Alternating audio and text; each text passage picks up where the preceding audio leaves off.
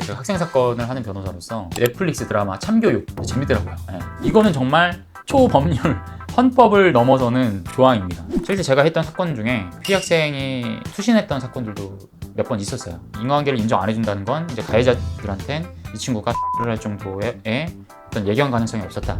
네, 안녕하세요. 요즘 변호사입니다. 참교육이라는 드라마가 굉장히 넷플릭스에서 성행하고 있더라고요. 그래서 교권보호국 이러한 단체를 만들어서 문제가 있는 학교, 그 다음 이슈들을 찾아다니면서 그 문제를 좀 통쾌하게 해결하고 학생들에게 반성의 기회를 준다. 뭐 이런 드라마인 것 같아요. 제가 학생 사건을 하는 변호사로서 한번 관심을 가지고 한번 좀 봐봤습니다. 재밌더라고요. 네, 재밌었고 예전에 그 소년심판이라고 김혜수 씨 나왔던 그 드라마도 제가 재밌게 봐서 잠깐 소개를 해드렸는데 그거랑은 조금 성격은 다른 것 같아요. 소년심판은 조금 더 이제 비행 청소년들이 어떤 행동을 하는지 그 다음에 그것 관련된 사법 절차에 대한 거를 안내하는 성향이 좀 짙었다면 이거는 약간 더 통쾌한 액션 위주의 그런 드라마가 아닌가 싶은 생각을 했습니다. 그래서 넷플릭스 드라마 참교육 보고 제가 그냥 느꼈던 것들, 재밌게 봤던 것들 좀 편안하게 말씀드려보려고 합니다.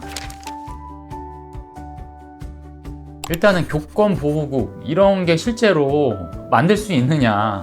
교육부 장관으로 나온 극 중에서는 최강석으로 나오는데 이제 나화진, 인물명이 나화진이고 두 사람이 원래는 나화진과 최강석 그 교육부 장관의 딸이 이제 약혼을 했었나 봐요. 그래서 이제 결혼을 앞두고 있었는데 어떤 학생이 선생님이었던 나화진의 여자친구분을 가위로 찔러서 살해를 합니다. 뭐 당연히 나화진도 그렇고 최강석도 그렇고 본인의 약혼자와 자기의 딸을 잃었으니까 얼마나 슬프겠어요. 학생들의 폭행이나 이런 사건에 대해서 관심이 많겠죠. 그 다음에 뭔가 이런 학생들을 잘 계도해야겠다라는 개인적인 감정도 당연히 있었겠죠. 최강석이 교육부 장관이니까 교권보호국이라는 걸 만들고 거기에 이제 감독관으로서 나화진을 영입을 합니다. 나화진은 뭐 어디 특수부대인지 모르겠어요. 유디트인지 뭔지 모르겠는데 어디 특수부대 소속 이제 출신이래요. 군인 출신이에요. 근데 싸움을 뭐 아주 기가 막히게 합니다. 한 대도 안 맞아요, 거의. 교육부 장관이 교권보호국이라는 걸 만드는데 결국 그런 기관을 만들려면 법률을 만들어야 되고 국회에서 법률안을 상정해서 통과가 돼야 되겠죠. 그런 과정은 명확하게 나오지 않아요. 이런 기관을 실제적으로 만들게 된 설정부터 나옵니다. 그래서 일단 기관을 만들었어요. 기관의 이제 존립 근거, 설립의 이제 법률을 보면 굉장히 큰 면책이 주어져 있습니다. 교권보호국 소속 현장 감독관은 교권을 침해하는 인물, 학생, 학부모, 교사 등을 제지하고 교육 현장을 정상화하기 위해서 그 방식에 제한을 두지 않고 교권 보호 행위를 할 수 있다. 그 다음에 이러한 행동은 형사상, 민사상 책임을 면제한다. 기타 법적인 책임을 면제한다. 이거는 정말 초법률 헌법을 넘어서는 조항입니다. 이거는 솔직히 굉장히 위헌적인 조항이고요. 헌법소원이라든지 이렇게 하게 되면 분명히 인용이 될 거예요. 게다가 감시할 수 있는 기관도 없어요. 이러한 초막강한 권력을 가진 기관이 있으면 지금 당장은 나화진과 최강석이 굉장히 좋은 뜻을 가지고 만든 기관이지만 시간이 지나면 감독관들도 수가 많아질 거고 당연히 너무 권력이 막강하니까 당연히 또 뒷배들이 생길 거고 돈 주고 뇌물 받아먹고 그럴 수도 있어요. 그러니까 진짜 무소불위의 기관을 만들었어요.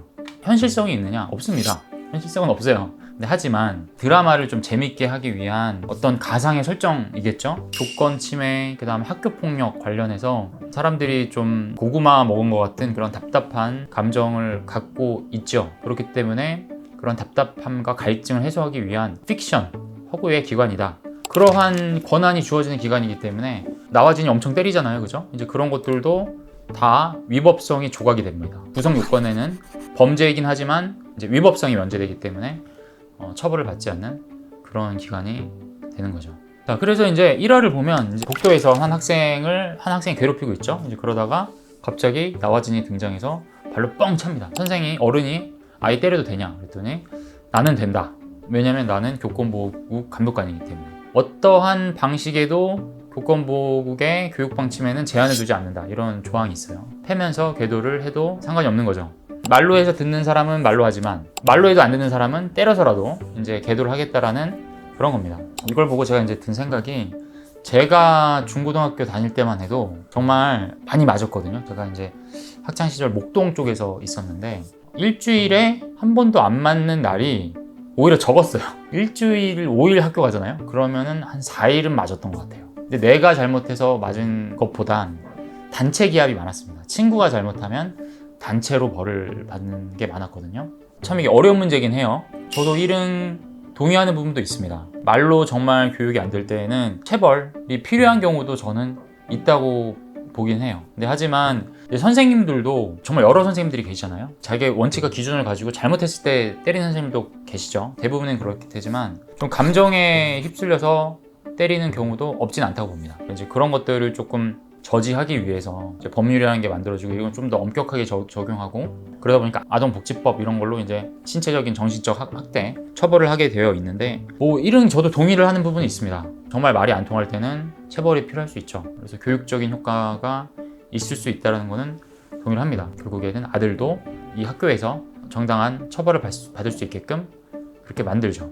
또 이제 친구들이 하는 장면이 나와요. 원래 왕따였던 친구를 하니까 그 친구를 도와주려고 했던 친구를 오히려 이제 왕따로 만들고 어떻게 보면 이어지는 그런 악조건들이 나옵니다. 근데 제가 학교폭력 사건을 해보면 실제 제가 했던 사건 중에 피해 학생이 그러한 잘못된 선택을 해서 투신했던 사건들도 몇 번 있었어요. 학폭이나 경찰이나 그다음에 이제 민사법원에서도 피해자가 아예 이제 운명을 달리한 그런 사건과 관련해서는 굉장히 좀 보수적으로 판단하려고 하는 경향이 있어요. 이건 실무입니다. 왜냐하면 학교폭력 가해자로 이 친구들에게 징계를 내려버리면 당연히 형사 절차나 민사 절차에서도 영향을 미칠 거고 그러면 이 친구가 이제 사망을 했으니까 민사적인 책임과 형사적인 책임을 또 물어야 될 수 있고 그게 또 좀 용이해지기 때문에 학폭위도 그렇고 형사 절차도 그렇고 민사법원에서도 굉장히 좀 보수적으로 판단하는 걸 제가 많이 느꼈어요. 그래서 이건 누가 봐도 학교폭력이 맞고 이것 때문에 이 학생이 투신한 것이 맞는데 그거를 어떻게 보면 인과관계를 인정 안 해준다든가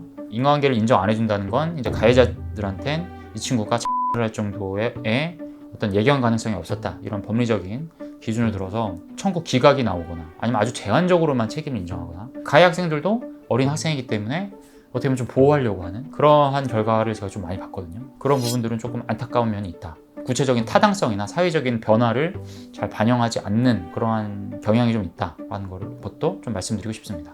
자, 그럼 두 번째 말씀드리고 싶은 게 6화예요, 6화. 이 촉법소년 관련된 내용입니다. 이제 각 에피소드마다 조연들 배우님들이 나오시잖아요. 연기를 너무 잘하시더라고요. 그래서 몰입에 굉장히 좀 도움이 많이 됐습니다. 여기서도 촉법소년 4명이 나와요. 근데 깐족거리는 대장으로 나오는 분이 계신데 이분 정말 연기 잘하시더라고요. 근데 이제 제가 보면서 느낀 게 촉법이라고 아무것도 처벌이 안 되고 이런 게 아니에요. 만 10세 이상, 만 14세 미만의 자를 촉법소년이라고 합니다. 이 친구들은 죄를 저지르면 소년 재판을 회부되고 분명히 소년법상의 보호처분이라는 걸 받아요. 그 소년원이 소년법상의 보호처분의 가장 강한 처분입니다. 소년법상의 보호처분이 6호부터는 집을 떠납니다. 6호는 사설기관 위탁이고 7호는 이제 병이 있는 친구들, 정신병력이 있는 친구들은 이제 치료감이라고 해서 병원에 가두는 게 있어요. 8, 9, 10호가 소년원이에요. 그래서 8호는 이제 1개월짜리 소년원, 9호가 6개월, 10호가 2년짜리 소년원입니다. 근데 얘네들이 우리는 촉법이니까 처벌 안 받아. 그래서 죄를 저질러서 만약에 소년법정에 갔다고 쳐요. 여기 지금 6화에 나온 친구들 보면은 폭행, 마약 제조, 마약 유통, 감금, 차량 졸도, 차량도 졸도하더라고요. 무면허 운전, 도로교통법 위반이겠죠, 당연히. 여러 가지 법률에 저촉되는 망난입니다, 망난이. 이런 친구들이 만약에 소년재판부에 회부되면 단언컨대 100% 초범이어도 100% 소년원 2년 갑니다. 10호 처분 나올 거예요. 물론 여기 이제 설정에서는 이 친구들을 소년 교도소에 보냅니다. 촉법은 갈 수 없는 곳이에요. 소년원에서 2년 동안 있는데 이걸 처벌로 받아들이지 않을까요? 절대로 그렇지 않아요. 그리고 재판 도중에 보통 끌려갑니다. 바로 끌려가요. 그러면 옷도 갈아입고 가요. 수갑도 차고 갑니다. 그렇기 때문에 여기서 이제 그리는 걸 보면은 촉법소년은 진짜 아무것도 법적 제재가 전혀 없다라고 나오고 통상 신문기사 이런 데에서도 보면은 촉법소년은 아무것도 책임이 없다. 무소불위다. 이렇게 이야기하는데 절대 그렇지 않아요. 촉법소년도 당연히 처벌받고요. 그 다음에 이제 촉법소년이 지나가게 되면 경미한 사건은 마찬가지로 소년재판에 가서 소년보호처분을 받게 되지만 경미하지 않은 사건과 관련해서는 일반 형사재판과 성인과 같은 똑같은 형사재판을 받습니다. 그러면 이제 그 친구들은 소년교도소 가는 거예요. 성범죄, 강도, 살인, 집단폭행 이런 것들은 일반 성인 재판을 받고 소년교도소를 갑니다. 그리고 촉법소년은 이제 제가 이야기했던 형사적인 책임이고 그 여학생 때리고 약 먹이고 그 다음에 막 약 팔기하고 하잖아요. 당연히 학폭위 회부됩니다. 학폭폭력위원회에서 당연히 전학조치 나오죠. 이 정도면. 그 다음에 민사적인 책임은 져요. 그래서 이 4명의 촉법소년 학생뿐만 아니라 이 학생들의 부모를 상대로 피해자 측, 여학생 측에서 당연히 민사소송을 할 수 있습니다. 그러면 당연히 이 정도 사건이라고 하면 배상금이 꽤 많이 나올 거예요. 법적인 책임이 전혀 없는 것은 아니다. 그런 부분은 전혀 간과하고 있다, 사람들이. 그런 부분을 좀 이야기하고 싶었습니다. 재밌었다, 이런 생각을 좀 해봤습니다.